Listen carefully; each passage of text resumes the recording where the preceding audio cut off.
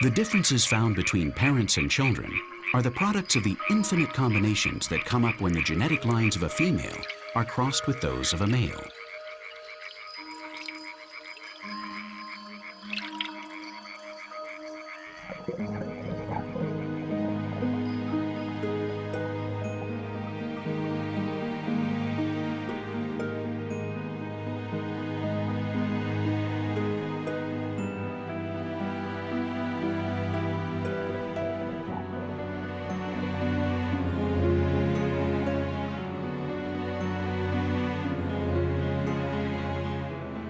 Thanks to sex, each new being that is born is different from all others. It's not just about pleasure, as some might believe. Sex is responsible for the diversity of a species. And diversity, the variety of individuals, is what will best guarantee survival when surroundings become hostile. Sex is an unstoppable drive that slowly but surely generates new life forms. The only thing is, because of sex, we must pay a price. Growing old and dying.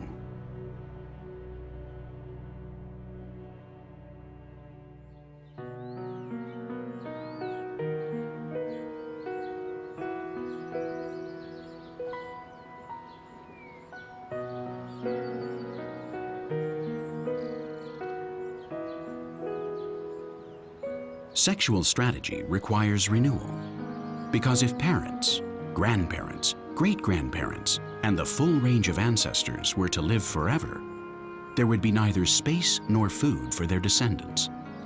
The system would collapse and be destroyed. It is our obligation to make way for new generations, continually improved upon and improvable. For this reason, when we get old, we waste away until our bodies disappear and our matter is recycled. An understanding of evolution could even help us accept death more easily. Así que yo no tengo que ser cobarde tampoco.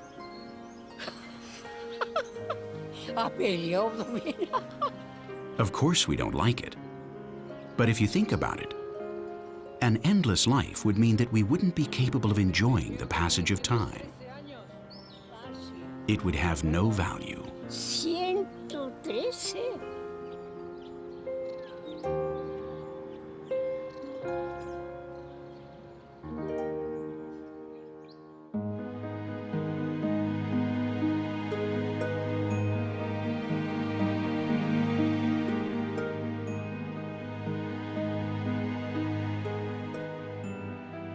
From bacteria to multicellular organisms, evolution has tried many different reproductive strategies.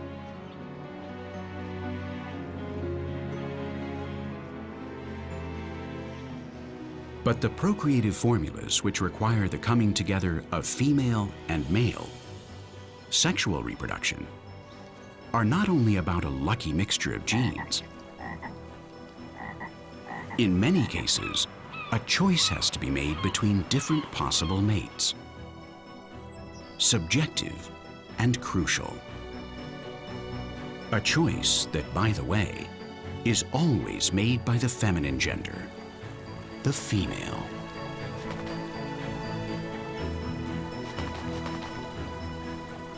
Males, like almost all females, their basic instinct is to spread their seed as widely as possible. But females are designed to evaluate, to filter, and thus offer a future only to the best.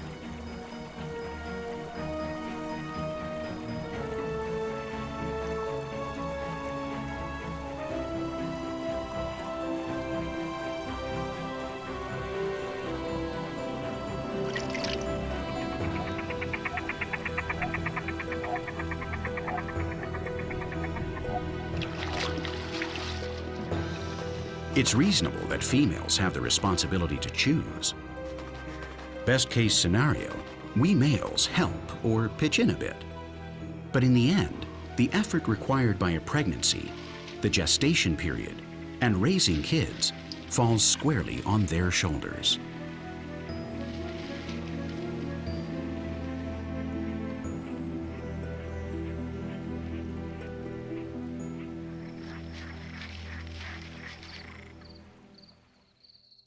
This tarantula is considering whether or not the suitor that has crossed her path deserves to have babies with her. And in this species, a rejected male frequently ends up in the female's stomach. So he'd better be careful and give her lots of hugs and kisses while he's still got time.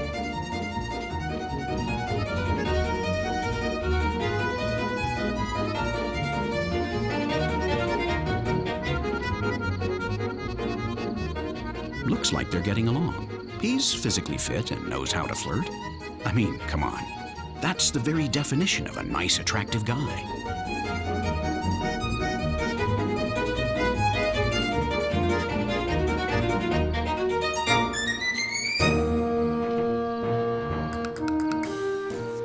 What attracts two individuals of different sexes is sometimes a great, unfathomable mystery. But there must be some measure of instinct at play. Specifically, of those instincts that have enabled the species to survive up to now. If a couple did not obey those instincts, but rather became confused when choosing, they would probably be facing a dicey future. A good guide to love takes into consideration that old adage, opposites attract. In effect, this is the key to many selective protocols, also known as courtship. This helps us to understand why blondes like brunettes, or why short women are attracted to tall men. And it also provides an evolutionary explanation for the tendency of siblings and cousins to avoid relationships.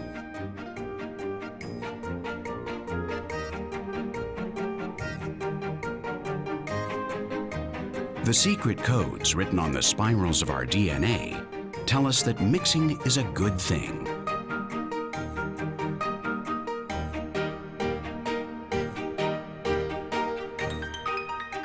The combination of types or races gives offspring more possibilities to adapt. We can conclude that incest and racism are damaging to the human species.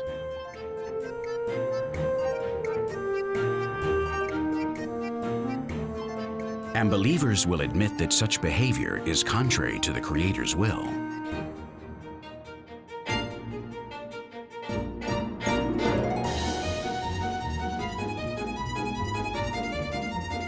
Thanks to the evolutionist God, opposites attract is not the only element at play when choosing a mate.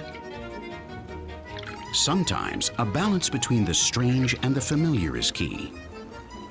If we were attracted only by that which is different, we would end up trying to mate with other species, and that obviously doesn't work.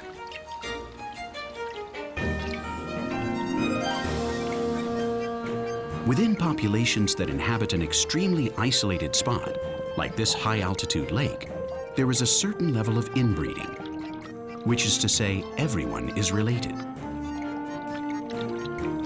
Blood relationships generally have their problems, but sometimes evolution takes advantage of these circumstances to achieve ideal adaptations for living in a place as unique as this one.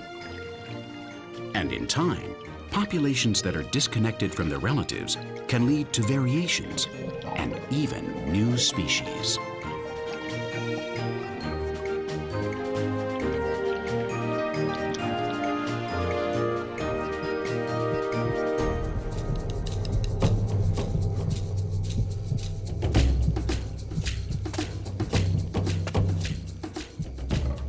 This evolutionary mechanism, which favors relationships between closely related individuals, may have been responsible for the different skin colors found in human beings.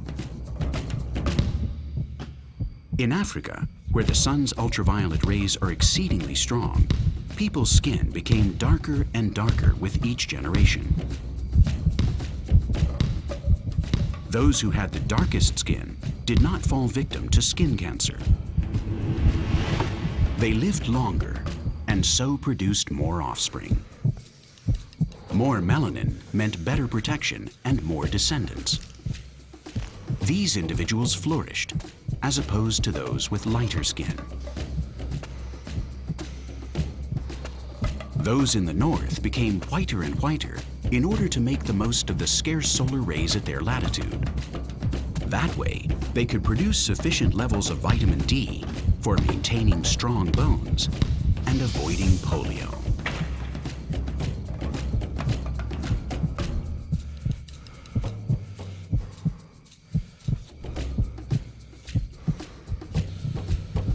The earliest individual natural selection, based on levels of epidermal melanin, first worked to avoid illness and favor survival in different climates.